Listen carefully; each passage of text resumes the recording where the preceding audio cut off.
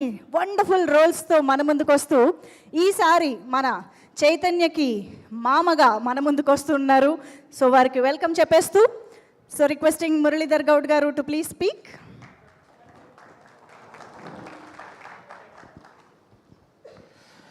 అందరికీ నమస్కారం.